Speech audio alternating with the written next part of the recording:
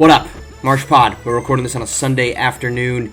We've just wrapped up what has been a pretty chaotic week in college basketball and a pretty entertaining one in the SWBA. But focusing primarily today, and not primarily, completely on SimWorld U. And wanted to dive in. We've got 2 months left. We've got now March 2nd. We've got the entire month of March.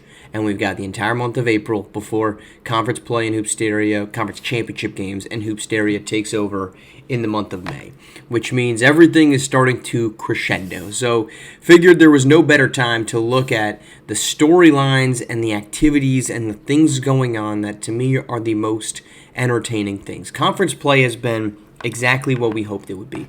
It has been competitive basketball games by good basketball teams, the continuation of some impressive seasons, really in some cases, which we're going to get to, the surprising parts of a couple seasons.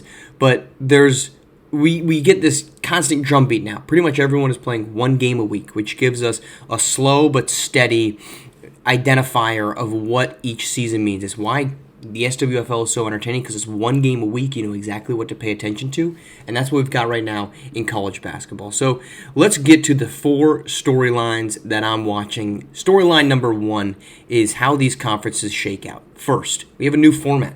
A conference championship game, and that's it. We don't have a conference tournament. It is the top 2 teams, which means every single win, every single loss means so much more.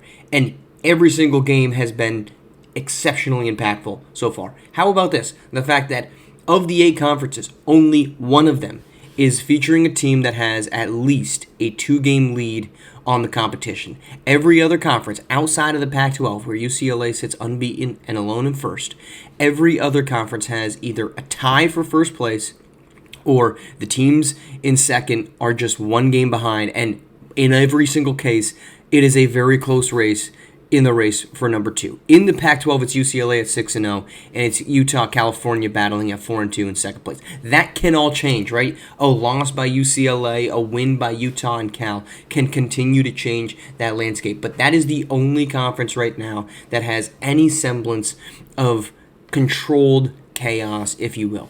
All the other conferences are absolute mayhem. SEC, 3 teams at 5, or 1 team at 5-1, a pair at 4-1, a big group of teams right behind it that 2 or 3 losses. The Mountain West, the surprise UNLV is behind or is ahead of 3 4-2 squads. The Big 12 has 5 teams with 1 loss, a 4-way tie for first place. The Big 12 has 3 teams with 1 loss. The Big East, where you have a singular leader in Villanova, has 3 teams behind them at 4-2. The American, very similar, Memphis at 4-1, 5-1. SMU has jumped in at 5-2, and Princeton right behind that. And then the ACC, 3 teams with 1 loss sitting at the top, Duke and Virginia Tech tied. Every single game is going to mean something from here on out. We had a massive week in the Big 12 with Texas, Texas Tech, Kansas, and Dayton all in action, some playing one another. That means the game has changed. Every single week we are going to see a movement atop these conferences. You're not quite dead if you're a team like, let's say, Georgia Tech, who's now lost another one. They fall outside of the top 10 for the first time in months. They're not technically dead at 3-3. And hey, guess who's still alive? Miami at 3-2. So the conference races, to me, are going to be coming down to, in many cases, the final month, the final weeks, potentially the final day. All of that is going to be entertaining, and how these shake out is going to be very, very interesting to watch, because pretty much every day of the week we're going to get a little bit more of an answer depending on the conference that we're in. Storyline number 2, and this is, in my opinion, I wouldn't say the biggest one, but in terms of the on-court product, maybe. Iowa sans Sherwood. What does this Hawkeyes team look like without Lamarian Sherwood, who it's been announced is expected to miss at least a month, because he's going to be evaluated in 4 weeks. He's not coming back in 4 weeks. So pencil him in as a probably mid to late April return with a sprained elbow. Now, there's going to be the sideline story where we talk about what does this mean for his draft standing. Will he be the number 1 pick? A sprained elbow is not something that I think is going to deter teams the way a lower body injury would for a big man, but it's worth keeping an eye on. But really, it's how does Iowa look in the Big Ten? They're currently 3-1. They're tied with Minnesota and Illinois and Purdue, a four-way tie in first place in the Big Ten. And oh, by the way, Maryland, Indiana, Michigan are all sitting right behind them. Maryland just took a loss to Wisconsin, so add Wisconsin to that list today. This is a wide-open Big Ten. I said it earlier in the season. This could be a conference that gets 8, maybe 9 teams into Hoopsteria. How does Iowa fare without Lamarian Sherwood? Are they able to survive? They're currently 15-4, number 9 in the country. Are they able to survive long enough for him to make it back in time for a push for a conference championship game, or at the very least, a get-right stretch if they fall out of the Big Ten race to make it into Hoopsteria? It is the biggest injury. No other team, sure, you can look at Duke, they're without Jeremiah Minor, but injuries have not impacted the top teams the way that this injury is going to impact Iowa and the rest of that roster. Storyline number 3, and these are 2 surprises, UNLV and Dayton. What do they look like the rest of the way? We are 4 to 6 games into conference play, about a third of the way into conference play for just about every team. How about this for a stat? In every single conference, a team that has at least a share of first place, if not first place in the conference outright, features a team that is in the top 10, except for one. That's the Mountain West.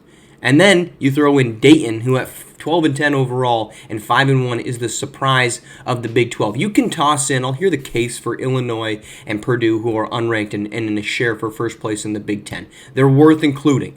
But we thought Illinois would be good. Purdue made it to the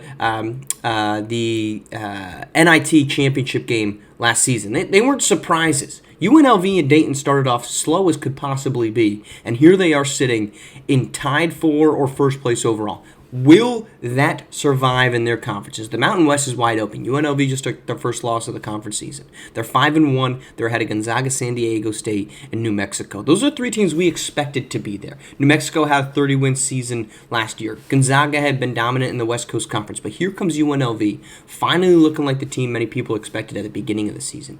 Meanwhile, no one saw Dayton coming, right? We saw all this conversation about how would Princeton fare, how would Harvard fare, how would Jackson State fare going into the American Conference.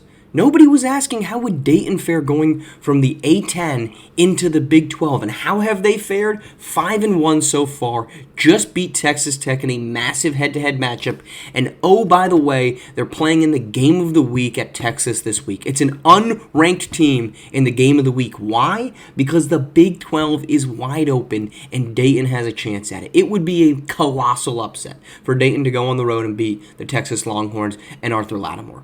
But it's not impossible, and Dayton is playing with that type of conference.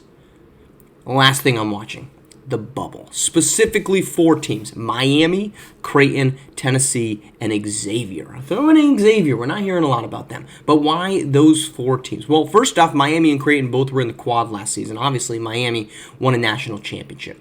Tennessee and Xavier were both Elite 8 teams, and yet every single one of those teams is sub 500 and very much teetering on the bubble of being in or being out of Hoopsteria. They need help. We have talked about this. 500 pretty much gets you in.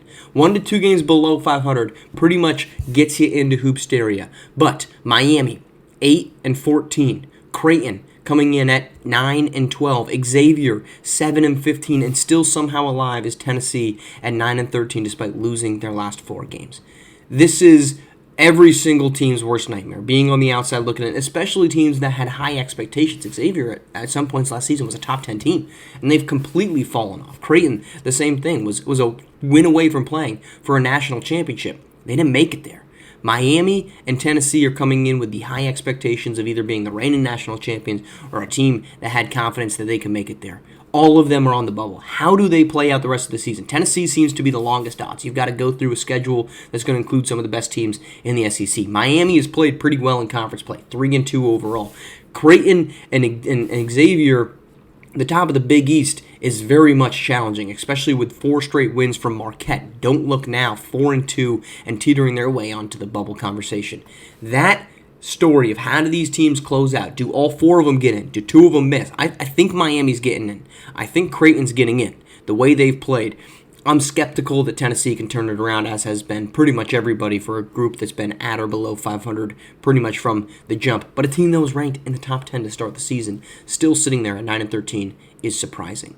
So that's what I'm looking for. How do these conference races play out? How does Iowa play and fare without Lamarian Sherwood? What happens to the upstarts of UNLV and Dayton, teams nobody saw coming in the Mountain West? Well, you might have seen UNLV coming in the Mountain West, but you definitely didn't see Dayton coming in the Big 12. And then, of course, the teams we expected to be good, if not great.